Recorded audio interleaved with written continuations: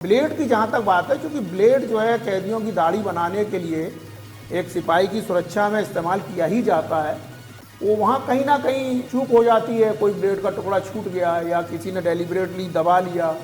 ऐसे ऐसे कैदी हैं कि ब्लेड का टुकड़ा अपने मुंह के अंदर तक दबा करके ले जाते हैं और आप खोज नहीं सकते। बंदी जिसको भी होती है उसको खड़ा करके फंदा लगा दिया जाता है और जो जल्लाद होता है वो साइड में एक लीवर होता है, उस लीवर को एकदम से खोल देता है, वो दरवाजे की तरह से नीचे खुल जाता है और आदमी उसमें नीचे चला जाता है।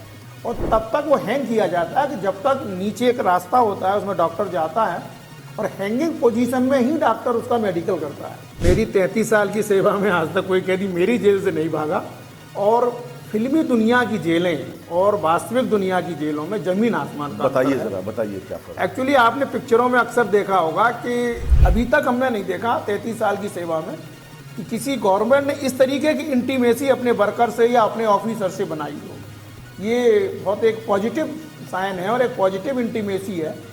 बाहर से भी लोग ऐसी ऐसी जगहों पर जो है मोबाइल छुपा करके ले आते हैं कि जिसको खोज पाना मुश्किल होता है। बाथरूम तक में जाकर के लोगों से मोबाइल निकलवाए गए हैं, एक्सरे हुए, अल्ट्रासाउंड हुए तो पेट में मोबाइल पाए गए। आत्मा की आवाज, साधारण लोगों की असाधारण कहानियां। नमस्कार। परिंदों को मंजिल मिलेगी यकीनन, ये फैले हुए उनके पर बोलते हैं, वही लोग खामोश रहते हैं अक्सर जमाने में जिनके हुनर बोलते हैं।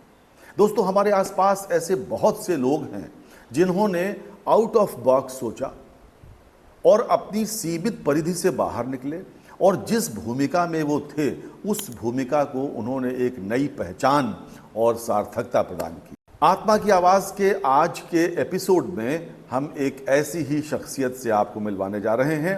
मिलिए श्री भीमसेन मुकुंद जी से। बहुत बहुत स्वागत है भीमसेन जी आपका। आप जेलर हैं मित्रों, भीमसेन मुकुंद जी जेलर हैं और जेलर अंग्रेजों के ज़माने के जेलर नहीं हैं, स्वतंत्र भारत के जेलर हैं। पिछले 33 वर्षों से सेवा में हैं और ये कुछ ऐसा करते हैं हमेशा कि इनकी प्रशंसा होती ही रहती है।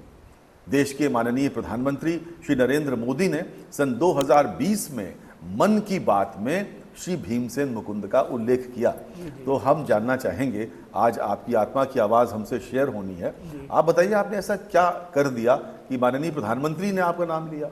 एक्चुअली मैं जब 1991 में एज ए डिप्टी जेलर सेवा में आया था तो उस समय भी और आज भी उत्तर प्रदेश की सभी जेलों में कैदियों को ऊनी कंबल दिए जाते हैं जो ब्लैक कलर के होते हैं। शायद समाज में लोगों ने उनको नहीं देखा है, मोटे होते हैं और उनकी लाइफ जो है वो 3 वर्ष की होती है। 3 वर्ष के बाद वो कंबल जो है कंडम हो जाते हैं या उनकी सर्विसेबल लाइफ जो है वो नहीं रहती है, तो उनको एक प्रक्रिया के तहत जेल अधीक्षक जो है वो कंडम कर देते हैं, वो घोषित कर देते हैं। लेकिन उनका एक डिस्पोजल बहुत बड़ी समस्या कारागार विभाग में थी कि इनका डिस्पोजल क्या किया जाए। अच्छा। इनका कोई रीयूज नहीं था, उनकी कोई मतलब बिक्री नहीं हो पाती थी खारजा की, तो वो एक डेड स्टॉक ऐसा रहता था कि जेलों में गंदगी पैदा करता था और एक अलग तरीके की जो है समस्या पैदा करता था। बुलंदशहर जेल पर मैंने पहली नियुक्ति में ही ये देखा था कि वहाँ बहुत सारे कंबल खारजा पड़े हुए थे और वो उनका कोई डिस्पोजल नहीं हुआ। अंततः वो खेतों में जो है उसको एज ए खाद, जब वो सड़ गए गल गए तो उनको खाद की तरीके से बिछा दिया गया कि उसका कोई यूज जो है वो खेतों में हो जाए। तभी से मेरे मन में एक जिज्ञासा थी कि क्यों ना इसका कोई रीयूज किया जाए। मैं उन दिनों कौशाम्बी जेल पर तैनात था। हमारे प्रदेश के मुखिया माननीय मुख्यमंत्री योगी आदित्यनाथ जी ने गौ संवर्धन की एक योजना लागू की थी जिसमें गायों की हत्या पर एकदम से रोक लगा दी गई थी और जगह जगह गांव-गांव में गौ संरक्षण केंद्र खोले गए थे। तो कौशाम्बी में भी जिला प्रशासन द्वारा गौ संरक्षण केंद्र खोले गए थे। क्योंकि वो शुरुआती दौर था, उसी समय अक्टूबर नवंबर में बहुत सर्दी आने लगी तो गायों को कुछ नुकसान होने लगा, कुछ दिक्कत होने लगी सर्दी से, क्योंकि सर्दी से शरीर पर पहनने के लिए ऐसी कोई व्यवस्था उस समय तक नहीं हो पाई थी। तो मैंने जो फटे पुराने कंबल थे जेलों में, उन कंबलों को कैदियों से स्टिच करा के, और जो हमारे यहाँ रसद आती है, दालें आती हैं, उनमें बोरियां होती हैं प्लास्टिक की कटी फटी पुरानी, उनको पैच भर करा करके स्टिच करा करके मैंने एक कवर तैयार करवाया था जिससे वो अंदर से तो कंबल होता था बाहर से पॉलीथीन होती थी। अच्छा। हाँ, तो वो दोनों तरह से गाय की रक्षा करता था। अंदर से वो बारमप रहता था, और रात में अगर गाय खुले में भी आ जाए तब भी ओस जो पड़ती है सर्दियों में, उससे उसको ठंड नहीं लगती। ये कब किया आपने काम? ये मैंने 2020 में किया। तो उसके बाद 4 साल हो गए जी। अन्य जेलों में भी ये काम? जी हाँ, हुआ? ये मैंने काम जो है अभी जिला कारागार फतेहगढ़ में भी किया है। जब मैं कौशाम्बी से वहाँ चला गया, वहाँ भी मैंने जिलाधिकारी महोदय के माध्यम से वहाँ जो भी गौशाला हैं सरकारी, उन गौशालाओं को मैं उन्हें डोनेट करवा देता हूँ। कंबल जो है वो कारागार विभाग का रहता है पुराना, और उस पर जो और एक्सपेंसेस आते हैं, कुछ पॉलीथीन वगैरह लगती है, कोई बहुत ज़्यादा खर्चीली नहीं है, उसको मैं अपनी पॉकेट मनी से वियर कर लेता हूँ। अच्छा, जब भी मित्रों जेल की बात आती है तो मन थोड़ा सिहर जाता है कि जेल में सब ऐसे लोग रहते हैं जो जराइम पेशा माने जाते हैं, तो उनके साथ, और वो निगेटिविटी भी बहुत लाते हैं अपने साथ। आपकी पूरी जिंदगी उनके साथ गुजरी, लेकिन आपके चेहरे पर ये मुस्कान कैसे है? देखिए, मेरा ये मानना है कि 100 में से 100 लोग बुरे नहीं होते, और जेलों में भी सभी लोग अपराधी नहीं हैं और सभी लोग बुरे नहीं हैं। बहुत लोग जैसे दहेज में बंद हैं। दहेज वाला कोई भी व्यक्ति जो है वो पेशेवर अपराधी नहीं है। वो एक घटना हुई परिवार में, और उसमें लड़की के सास, ससुर और अन्य रिश्तेदार, फूफा, बुआ, मामा, सब लोग जेल आ जाते हैं, तो वो किसी भी तरीके से अपराधी तो होते नहीं। तो और दूसरे लोग भी जो होते हैं, समाज में बहुत सारी बातें हैं। कोई अपने हालात से अपराधी बन जाता है, कोई माँ के पेट से अपराधी पैदा नहीं होता। समाज में कुछ ऐसी चीज़ें होती है, उन्हीं से जो है वो कुछ मजबूरियों में अपराधी बन जाते हैं। पेशेवर अपराधी जेलों में बहुत कम होते हैं। कैदियों की दिनचर्या के बारे में बताइए। कैदी जो रहते हैं जेलों में, उनकी क्या रूटीन क्या होता है? कैदियों की दिनचर्या बेसिकली हम लोग सुबह सर्दियों में 6 बजे से और गर्मियों में 5:30 बजे से शुरू हो जाती है। एक 50 जिसको कहते हैं, वो सुबह घंटी बजती है जेल गेट पर अंग्रेजों के ज़माने से। वो इस बात का इंडिकेटर होता है कि बंदी सारे सुन लें और वो अब जेल खुलने वाली है। तो पहले जेल खोली जाती है, फिर उसकी काउंटिंग की जाती है। काउंटिंग के बाद में जो है वो अपना पेयर से चलते हैं काउंटिंग में। वो काउंटिंग करने के बाद में फिर उनका जो है वो दिनचर्या का काम होता है, अपना फ्रेश व्रेश होना। उसके बाद उनको नाश्ता वितरित किया जाता है। योगा, खेल कूद जो भी उनके होते हैं वो उसको नियमित करते हैं। उसके बाद हम लोग 8 बजे के आसपास उन्हें नाश्ता दे देते हैं। फिर उसके बाद जो कोर्ट कचहरी के काम होते हैं गवर्नमेंट के, जो कि किसी को अदालत जाना है, किसी का और कोई काम है, वो काम सारे होते हैं। फिर दोपहर में 11 से 12 के बीच में खाना दे दिया जाता है। ठीक है। और फिर ये रूटीन दिन भर चलता है। बैर के काउंटिंग होती है कई बार, फिर बैर के बंद हो जाती हैं, फिर शाम को इसी तरह खुलती हैं।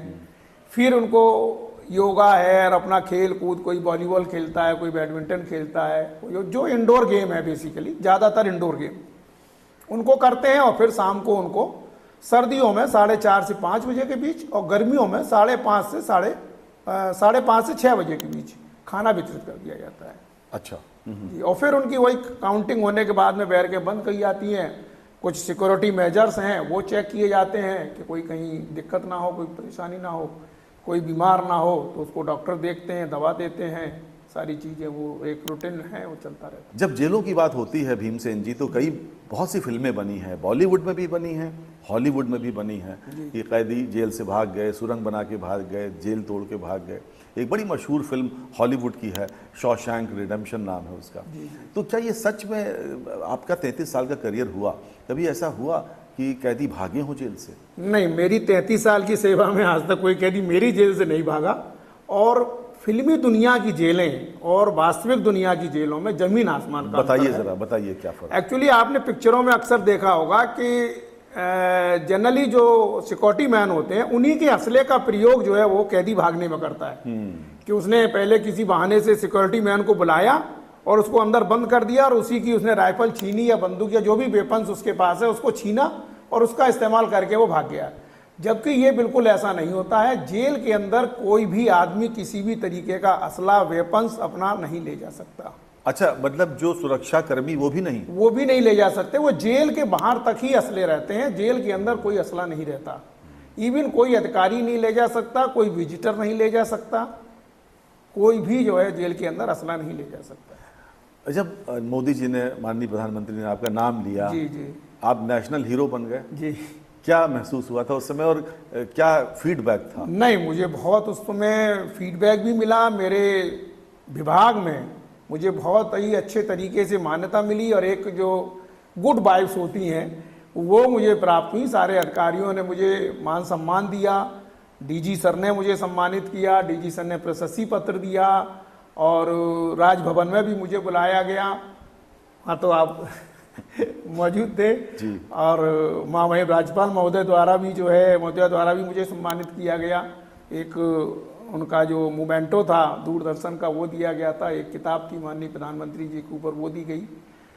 उस समय 100वें एपिसोड पर जो है मुझे दिल्ली भी बुलाया गया था, जहां हमको एज ए गेस्ट जो है वहां अशोका होटल में रोका गया था। 5 दिन 6 दिन का कार्यक्रम था, पूरा दिल्ली भ्रमण कराया गया था। उसके बाद अभी हाल ही में 26 जनवरी पर भी मुझको गणतंत्र दिवस की परेड में रक्षा मंत्रालय की तरफ से इनवाइट किया गया था। मैं उसमें भी मैंने भाग लिया था। वहाँ भी उन्होंने काफ़ी अच्छी मतलब मान सम्मानित किया सभी लोगों को और विद फैमिली बुलाया गया था। सबसे अच्छी बात ये थी विद फैमिली बुलाया था। और ये मेरे ख्याल से किसी भी सरकार की एक ऐसी मुहिम है कि अपने वर्कर से डायरेक्ट इंटीमेट होने की। अभी तक हमने नहीं देखा 33 साल की सेवा में कि किसी गवर्नमेंट ने इस तरीके की इंटीमेसी अपने वर्कर से या अपने ऑफिसर से बनाई हो। ये बहुत एक पॉजिटिव साइन है और एक पॉजिटिव इंटीमेसी है। जब माननीय प्रधानमंत्री जी मन की बात करते हैं तो वो लगता है कि जैसे हम ही में से आसपास से किसी की बात की जा रही है, और वो होती भी है। बिल्कुल। जैसे कि कौशाम्बी में ही जब मेरी तैनाती थी 20 दिसंबर को, जब उन्होंने जिक्र किया था, तो मैं नहीं जान पाया कि सलाखों के पीछे इतनी ऊंची ऊंची दीवारों के अंदर माननीय प्रधानमंत्री जी की नजर कैसे वहां तक पहुंच गई कि कैदी जो है काउकोट बना रहे हैं। बिल्कुल बिल्कुल, कुछ तो हुआ होगा। हाँ, मैं आज तक नहीं जान पाया इस बात को कि कहाँ से उनको फीडबैक मिला और कहाँ से उन्होंने देखा। बिल्कुल मित्रों, आज आत्मा की आवाज़ में हम बात कर रहे हैं भीमसेन मुकुंद जी से। भीमसेन मुकुंद जी जेलर हैं और अपनी आउट ऑफ बॉक्स थिंकिंग के लिए जाने जाते हैं। इनका जिक्र जैसा अभी कर रहे थे मन की बात में भी हुआ है। भीमसेन जी, मैंने ये भी सुना है कि जेल के खाने की कई बार बहुत बुराई होती है कि जेल का खाना बहुत ख़राब होता है, खाने में कीड़े निकलते हैं, कंकड़ पत्थर निकलते हैं। लेकिन मैंने ये सुना है कि आप जहाँ जाते हैं वहाँ का खाने की रेटिंग 5 स्टार हो जाती है। जी जी। तो क्या है, ये क्या है, मतलब कैसे? खाने के लिए जो है हमारा विभाग भी, कारागार विभाग और सरकार, इस समय जेलों में भोजन सुधार के लिए बहुत आमूल चूल परिवर्तन हुए हैं। सारी जेलों में ऑटोमेटिक रोटी बनाने की मशीनें हैं, सब्जी छीलने की मशीनें हैं, आटा गूंदने की मशीनें हैं। इवन बहुत 80% जो है वो ऑटोमेटिक मशीनों से अब खाना बनाया जाता है। मैंने जिला कारागार फतेहगढ़ में ये प्रयास किया और जब मेरी खाने की क्वालिटी अच्छी थी तो मैंने FSSAI में जो है अप्लाई किया और मैंने अपने किचन का 3rd पार्टी ऑडिट कराया। मेरे 3rd पार्टी ऑडिट में इंदौर की टीम आई थी जिसमें 2 इंजीनियर थे भोजन से संबंधित। उन्होंने 3rd पार्टी ऑडिट किया और अपनी रिपोर्ट सबमिट की और जब वो रिजल्ट आया तो 5 स्टार रेटिंग जो है मेरे भोजन की आई FSSAI के द्वारा, जो कि उत्तर प्रदेश की पहली जेल बनी। कौन सी जेल थी वो? जिला कारागार फतेहगढ़, जहां मेरी आज भी तैनाती। फतेहगढ़ जिला कारागार फतेहगढ़ उत्तर प्रदेश की ऐसी पहली जेल है जिसका भोजन FSSAI से 5 स्टार रेटिंग जो है प्रमाणित है और वो ईट राइट कैंपस के अंतर्गत जो है सर्टिफाइड है। मतलब ये हम 5 स्टार होटल का खाना तो समझते हैं, लेकिन ये 5 स्टार रेटिंग, तो अगर किसी को 5 स्टार होटल जाना है तो वो ना जाए, फतेहगढ़ जेल जाए। आप यहाँ खाना खाए, क्या आप खिलाएंगे खाना अगर कोई? नहीं, बिल्कुल। मेरे यहाँ जो है मेरे कारागार विभाग के माननीय मंत्री जी ने खाना खाया है, DM साहब, और अभी हाल ही में हाई कोर्ट के जज साहब गए थे, उन्होंने खुद अपने हाथ से जो भोजन बना हुआ रखा था उसमें से निकाल करके भोजन खाया। ऐसा नहीं कि कोई थाली में उन्हें परोस के दिया गया हो, जहाँ खाना बन रहा था वहीं उन्होंने चम्मच से लेकर के खाया और खाने की उन्होंने तारीफ की। इससे पहले भी माननीय उच्च न्यायालय के प्रशासनिक जज साहब श्री राजीव सिंह साहब गए थे, उन्होंने भी खाना खा करके देखा, उन्होंने भी खाने की तारीफ की। और DM साहब, CDO वगैरह तो जब भी उनका मन होता है, DM साहब हमारे हर महीने जाते हैं, SP साहब भी जाते हैं, जब भी मन होता है तब खाना चेक करते हैं। लंबा समय गुजारा आपने जेल की सेवा में। हम चाहेंगे कि अपना कोई हमसे आप ऐसा वो इंटीमेट टाइम शेयर करिए जो आपको बहुत अच्छा नहीं लगा, बुरा लगा, कोई ऐसा कैदी मिला आपको जिसकी स्थिति अच्छी न रही हो या खौफनाक कोई कैदी मिला हो, ऐसी याद हमसे शेयर करिए। नहीं, खौफनाक तो ऐसा मेरे साथ कोई ऐसा कैदी नहीं रहा जो हाई प्रोफाइल रहा हो। हाँ, क्रिमिनल लोग थे। मैं जब मेरी फर्स्ट पोस्टिंग बुलंदशहर में थी तो वहाँ मैं नाम नहीं लेना चाहूँगा, बहुत हाई प्रोफाइल लोग बंद थे और उनको हम लोगों ने कंट्रोल किया था। उस समय हमारे जेल अधीक्षक थे श्री आर.डी. मधोक साहब, जो कि कारागार विभाग के भीषम पितामह कहलाते हैं। उनके नेतृत्व में और उनके सानिध्य में मैंने काम सीखा है और उनको पूरा जेल मैनुअल बिना देखे, जेल मैनुअल का कोई भी चैप्टर वो कंठस्थ है, पूरा जेल मैनुअल, सारे जेल में उनको पढ़ देते हैं। लेकिन कई बार कई जेलर्स के साथ दुर्घटनाएं भी घटी जब क्रिमिनल्स के साथ डील करने में, तो डर नहीं लगता कभी? नहीं, ऐसा कोई डर तो नहीं लगा, लेकिन हाँ कभी कभी धमकियां मिलती हैं, मुझे भी मिली हैं। जैसे मैं बुलंदशहर में था, तभी एक बदमाश आया था मेरठ से, तो काफ़ी हाई प्रोफाइल था। हम लोगों ने उसकी तलाशी वलाशी ली तो उसके पास कुछ अवैध चीज़ें भी बरामद हुई थी, तो उसको नियंत्रित किया गया। तो क्या धमकी नशे में था, गाली गलौज करने लगा, तो फिर उसको न्यूनतम हल्का बल प्रयोग करके जो है नियंत्रित किया गया। तो उसके बाद जो है अन्य चैनलों से या किन्हीं माध्यमों से धमकियाँ आने लगी। तब मेरी शादी नहीं हुई थी। अच्छा, ये हुआ कि साहब मेहंदी नहीं लगने देंगे, हाथों पे घोड़ी पे नहीं चलने देंगे, इस तरीके की धमकियाँ मिली। लेकिन हम लोगों ने, पुराने लोग हमारे साथ थे, उन्होंने कहा कि ये सब लोग ऐसे ही हैं। और आर.डी. मधोक साहब ने मुझसे एक बात कही थी, जब उन्होंने लगा कि मैं थोड़ा नई नौकरी में था, पहली पोस्टिंग थी, कि ये घबरा रहा है या डर रहा है, तो उन्होंने एक चीज़ मुझसे कही थी कि मिस्टर मुकुंद, अपराधी जो है वो भूसा भरा शेर होता है, जो इससे डरता है उसे ये डराता है, और जो इसकी पूंछ पकड़ के घुमा के फेंक देता है उससे ये डरता है। तो मैंने भी उसी चीज़ को, कितनी पूछें घुमा के फेंके आपने? अब ऐसी तो कोई गिनती नहीं है, लेकिन जहाँ भी मैं रहा मैंने पूर्ण नियंत्रित करके जो है बंदियों को रखा, चाहे वो अपराधी बड़ा हो या छोटा हो। कई बार लोगों के मन में ये ख्याल भी आता है कि जेल में कभी कभी, जैसे आजकल एक बहुत चर्चित नाम चल रहा है लॉरेंस बिश्नोई का, वो जेल से ही इंटरव्यू दे देता है, जेल से ही बातें कर लेता है, तो क्या जेल में ये सब सुविधा कैसे मिल जाती है? देखिए, सिस्टम जो है, चाहे समाज में हो चाहे किसी सिक्योरिटी में हो, 100% फूल प्रूफ तो कोई सिस्टम होता नहीं है। अगर हम 90% से ऊपर 95%, 98% पर भी है रिजल्ट हमारा, तो वो बहुत अच्छा रिजल्ट है, वो फूल प्रूफ ही माना जाता है। कहीं कहीं 1-2% कहीं कोई लीकेज रह जाती है, जो चाहे स्टाफ की वजह से हो या कम्युनिकेशन, आजकल इतने अलग अलग तरीके के कम्युनिकेशन हो गए हैं कि जिनको पकड़ना और इनको ट्रेस करना काफ़ी मुश्किल की चीज़ है। नए नए ज़माने की डिवाइस आ गई हैं, ऐसी ऐसी डिवाइस, इनविजिबल डिवाइस आ गई हैं कि दिखाई तक नहीं देती हैं। लोग वागों की बॉडी में डिवाइस फिट हो जाती हैं, उनको ढूंढ पाना बड़ा मुश्किल हो जाता है। और लोग वाग अपने शरीर का इस्तेमाल आपने देखा ही होगा, एयरपोर्ट में लोग सोना लाने में करते हैं और तरीके से सब काम करते हैं, बार बार पकड़ा भी जाता है एयरपोर्ट पे। इसका मतलब लाते हैं तभी तो पकड़ा जाता है। बिल्कुल। अब वो 4 बार पकड़ा गया तो 8 बार सफल भी हो गए होंगे वो। इसी तरीके की सिस्टम में कहीं ना कहीं कोई कमी रह जाती है, कोई लीकेज रह जाती है, उसी का ये लोग फायदा उठा लेते हैं। जब मेरे मन में कभी कभी एक सवाल आता है, थोड़ा सा आप बताइए कि मान लीजिए जेल में कोई महिला कैदी है, महिला कैदी है जिसको लाइफ इम्प्रिजनमेंट दे दिया गया, वहाँ उसको अगर जेल में कोई बच्चा उसका होता है या जेल में बच्चा, तो वो बच्चा भी जेल में ही रहता है, वहीं बड़ा होता है? जी, एक्चुअली उत्तर प्रदेश में ये प्रावधान है कि 6 वर्ष तक का बच्चा, कोई भी महिला कैदी, चाहे वो विचाराधीन बंदी हो या कैदी हो, वो अपने साथ उस बच्चे को रख सकती है। और उसकी पढ़ाई लिखाई की व्यवस्था सारी जेल प्रशासन करता है नियमों के अनुसार। जब तक वो उसको प्राइमरी स्कूल में जाता है, 6 वर्ष की उम्र होने पर वो महिला बंदी की इच्छा पर उसके किसी भी नाते, रिश्तेदार या जहाँ भी वो उचित समझती हो कि मेरा बच्चा सेफ रहेगा, उसकी एजुकेशन अच्छे से होगी, वो वहाँ उसकी सुपुर्दगी में दे दिया जाता है। लेकिन फिर भी वो समाज कल्याण विभाग की देख रेख में रहता है। ऐसे कई वाक़या मेरे नौकरी में गुजरे हैं, बच्चे उनके रहे हैं और समाज कल्याण विभाग बाकायदा उनके घर पर उनकी मॉनिटरिंग करता है कि बच्चा पढ़ रहा है कि नहीं पढ़ रहा है, बच्चा सेफ है कि नहीं है, और कैदियों को आकर के वो बताते हैं। मेरी महिला बैरक जेल में आंगनवाड़ी केंद्र खुला हुआ है और बाकायदा पूरी आंगनवाड़ी केंद्र की जो सारी सुविधा गांव में देहात में रहती हैं वो जेल में भी रहती हैं। तो ऐसे बच्चों का मनोविज्ञान क्या होता है? देखिए, एक तो हो गया व्यवस्था बहुत अच्छी है, चुस्त दुरुस्त है, सरकार पूरा ध्यान दे रही है, लेकिन बच्चे जो जेल में अपनी माँ के साथ रह रहे हैं उनकी साइकोलॉजी कैसी हो जाती है? नहीं, साइकोलॉजी हम लोग पूरा उनका ध्यान रखते हैं। हर जेल में क्रैच खुले हुए हैं, उसके खेलकूद की पूरी व्यवस्था है, उसके पढ़ने की पूरी व्यवस्था है, प्राइमरी एजुकेशन उसको जेल में ही मिल जाती है, क्योंकि हर महिला बैरक में 2-4 बहुत अच्छी पढ़ी लिखी महिला कैदी भी होती हैं।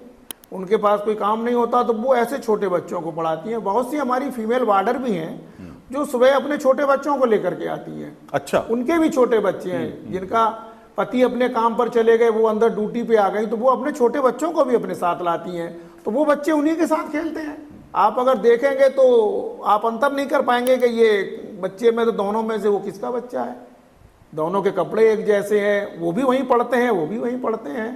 तो ऐसा कोई भेदभाव वाली बात नहीं है, ना ही कोई ऐसी दोनों के मेंटल स्टेटस में कोई विशेष अंतर की बात है। हम लोग पूरा प्रयास करते हैं, जितनी भी उनकी बच्चों के अधिकार हैं और बच्चों के कपड़े हैं, बच्चों का मेंटल स्टेटस है, उनको दूध दिया जाना है, उनकी मदर को दूध दिया जाना है, और ये शासन की ओर से अब इस मामले में बहुत ज़्यादा ध्यान दिया जा रहा है, बहुत व्यवस्थाएं की गई। अच्छा, जेलों में फांसी भी दी जाती है जब अगर किसी को फांसी की सज़ा हो गई, वो कैसे देते हैं फांसी?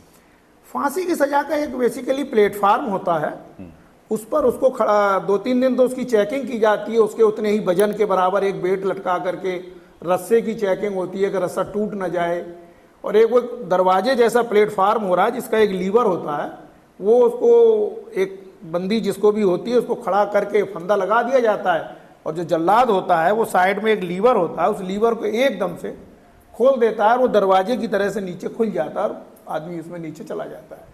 और तब तक वो हैंग किया जाता है कि जब तक नीचे एक रास्ता होता है उसमें डॉक्टर जाता है, और हैंगिंग पोजीशन में ही डॉक्टर उसका मेडिकल करता है। और जब हैंगिंग पोजीशन में मेडिकल करने के बाद डॉक्टर ये देख लेता है कि ये पूरी तरीके से इसकी मृत्यु हो चुकी है, तब उसको हैंगिंग पोजीशन से उतारा जाता है। कभी आपके सामने ऐसी घटना घटी? नहीं, मेरे सामने ऐसी घटना नहीं घटी, लेकिन मैंने तैयारियां पूरी की हैं। अच्छा, मेरी मथुरा जेल पर पोस्टिंग थी, तो एक रामश्री करके नाम की एक महिला को जो है फांसी की सजा हुई थी, और वो हाई कोर्ट से वेरीफाई हो गया था, उसका वारंट, जिसको ब्लैक वारंट कहते हैं, वो जारी हो गया था। तो मथुरा जेल वो भेजी गई थी। उत्तर प्रदेश में मथुरा जेल ही एक ऐसी जेल है जहाँ महिला कैदियों को फांसी दी जाती है। पूरे उत्तर प्रदेश में मथुरा जेल में ही महिलाओं का फांसी घर बना हुआ है। क्यों? ऐसा क्यों? अब वो पुराने ज़माने में कोई ऐसी स्थिति रही होगी, क्योंकि गाजियाबाद जेल नहीं थी उस समय, नोएडा जेल भी नहीं थी, तो मथुरा जेल जो है वो सुप्रीम कोर्ट के बहुत नज़दीक पड़ती है।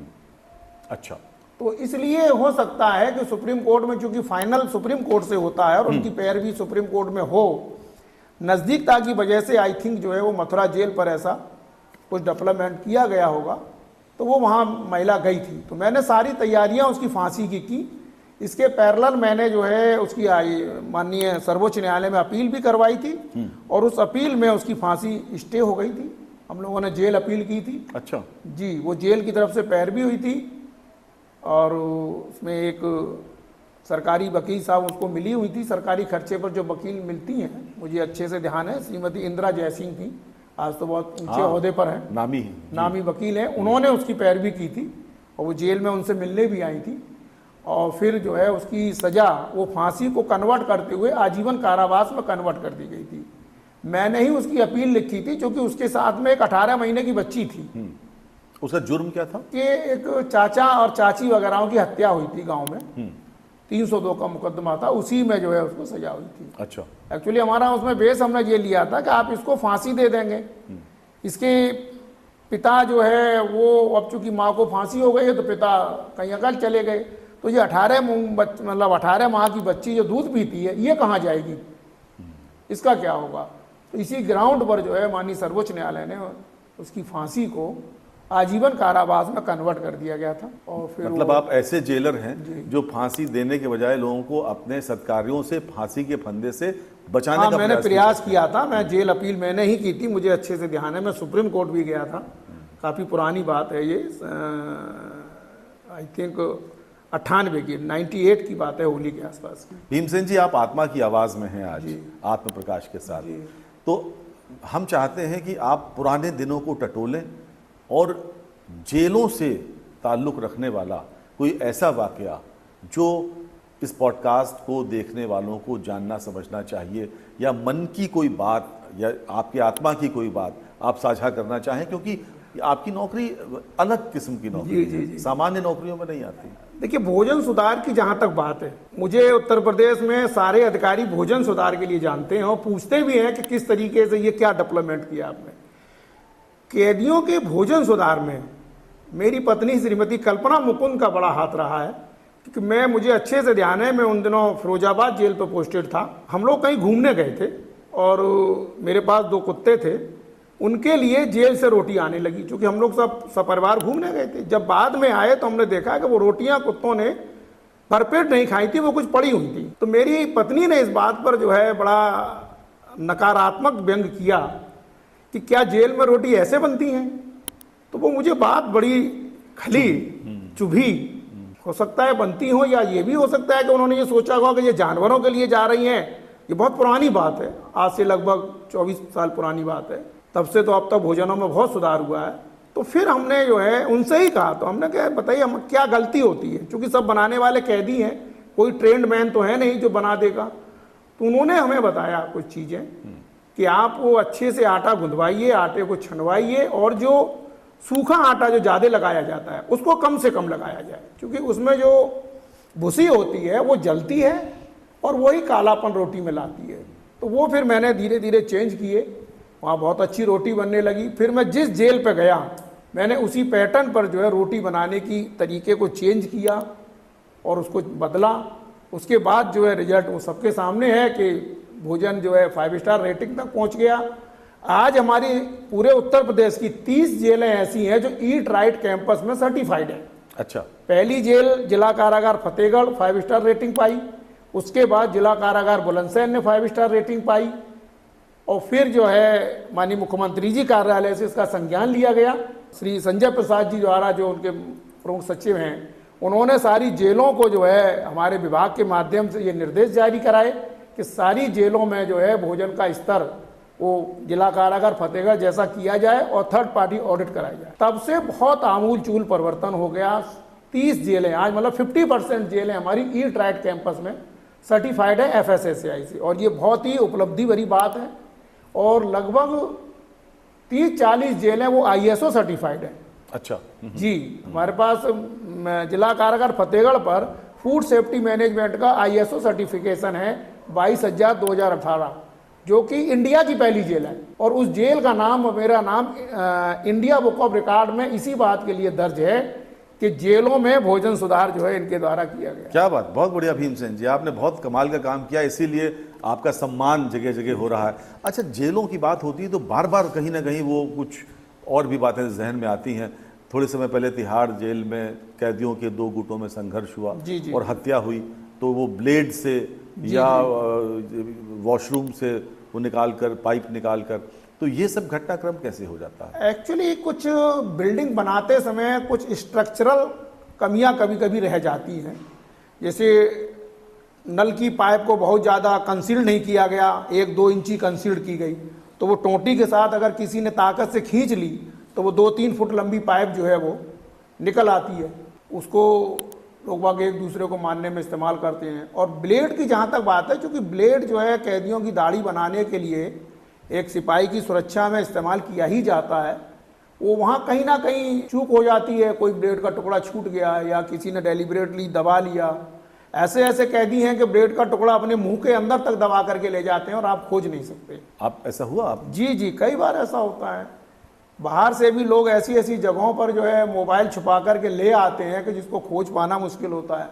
बाथरूम तक में जाकर के लोगों से मोबाइल निकलवाए गए हैं, एक्सरे हुए, अल्ट्रासाउंड हुए तो पेट में मोबाइल पाए गए। पेट के अंदर? जी हाँ, खा लिया मोबाइल? जी, छोटा सा मोबाइल होता है, उसको पॉलीथीन में या उसमें वो करके इंटैक्ट कर लेते हैं और फिर वोमिटिंग के साथ निकल आता है। अच्छा। जी, इसी तरह नशे की भी कुछ चीज़ें होती हैं, वो भी जेल के अंदर चली जाती हैं। बहुत जगह का लोग गलत तरीके से भी इस्तेमाल करते हैं, लेकिन जब सूचना मिल जाती है और हमारे लोग लगे रहते हैं, मेटल डिटेक्टर लगाया जाता है। जब बार बार मेटल डिटेक्टर आगे पीछे लगाने पे बोल रहा है तो 100% कहीं ना कहीं समथिंग इज रॉन्ग। कभी आपके सामने गैंग वॉर हुई? कभी रोकना पड़ा कि 2 गुट भिड़ गए हों और गुत्थम गुत्था हो गए हों, हिंसात्मक हो गए हों? नहीं, ऐसा कोई विशेष वाकया नहीं हुआ। कभी कभी एक दो बंदी आपस में बैरक में हाथापाई कर लिए तो उनको इजीली हमारे वार्डर्स जो हैं वो अलग कर लेते हैं।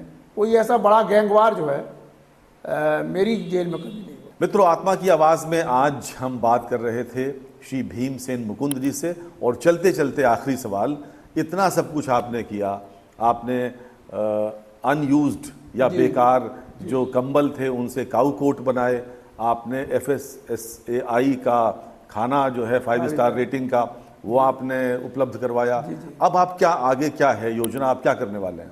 मेरी एक अभी फ्यूचर प्लान ये है कि जेलों में जो खाद्य सामग्री की बोरियां आती हैं, मैं उनसे जो है, जो सड़कों पे आवारा जानवर घूमते हैं, उसमें गाय भी हैं और भी चीज़ें हैं, तो उनसे अक्सर करके रोड एक्सीडेंट हो रहे हैं। इसमें जानवर को भी नुकसान होता है और कई लोगों के परिवार जो है उसमें ख़त्म हो जाते हैं। तो मैं एक ऐसे रिफ्लेक्टर का पट्टा बनवाने का प्रयास कर रहा हूँ जो गायों के या और छोटे जानवरों के गले में, जैसे कुत्ते हैं, अक्सर करके कुत्तों से एक्सीडेंट रोड पर होता है, तो वो उनके गले में अगर डाल दिया जाए तो किसी भी वाहन की लाइट पड़ने कर वो रिफ्लेक्टर से ड्राइवर को ये जानकारी हो जाएगी कि आगे कोई ना कोई जानवर है या कोई जो है चीज़ है। जब लाइट पड़ेगी तो रिफ्लेक्टर उसको रिफ्लेक्ट करके लाइट मारेगा। जैसे रेड कलर का हम उस पर रिफ्लेक्टर लगाएंगे तो बहुत दूर से जो है वो रिफ्लेक्ट हो जाएगा। तो मेरा ये मानना है कि उससे कहीं ना कहीं जो है रोड एक्सीडेंट में और लोगों की जान बचाने में मदद मिलेगी। इसमें मैं बहुत तेज़ी से काम कर रहा हूँ और 1 महीने के अंदर जो है मैं इसको पहना दूंगा। बहुत बढ़िया, हमारी बहुत शुभकामनाएं आपके साथ हैं। मित्रों, आत्मा की आवाज़ में आज हमने बात की उत्तर प्रदेश के जेलर श्री भीमसेन मुकुंद जी से, जिनका जिक्र माननीय प्रधानमंत्री जी कर चुके हैं, जो अपनी अलग अनूठी नवोन्मेषी सोच के लिए जाने जाते हैं और एक ऐसे महकमे में काम कर रहे हैं जो निगेटिविटी से भरा हुआ है, लेकिन वहाँ भी पॉजिटिव वाइब्स लगातार बिखेर रहे हैं। पूरी आत्मा की आवाज़ की टीम की ओर से आपको बहुत शुभकामनाएं और बहुत बहुत धन्यवाद हमसे बात करने के लिए। मैं अंत में बस एक ही कहना चाहूँगा सर जी कि देखिए, मेरा ये मानना है कि नर सेवा ही नारायण सेवा है। क्या बात। और जेलों में जो लोग बंद हैं वो एक तरीके से दरिद्र नारायण का रूप हैं। अगर आप मनुष्य की सेवा करते हैं तो वो कहीं ना कहीं भगवान की ही सेवा है। हर व्यक्ति बुरा नहीं होता, न जेलों में न बाहर। मेरा ये मानना। स्वामी विवेकानंद ने कहा था कि मैं उस प्रभु का सेवक हूं जिसे अज्ञानी लोग मनुष्य कहते हैं। जी। इसी बात पर अपनी आज की बातचीत को विराम देते हैं। मिलेंगे अगले एपिसोड में, तब तक के लिए नमस्कार। Please like, comment and subscribe.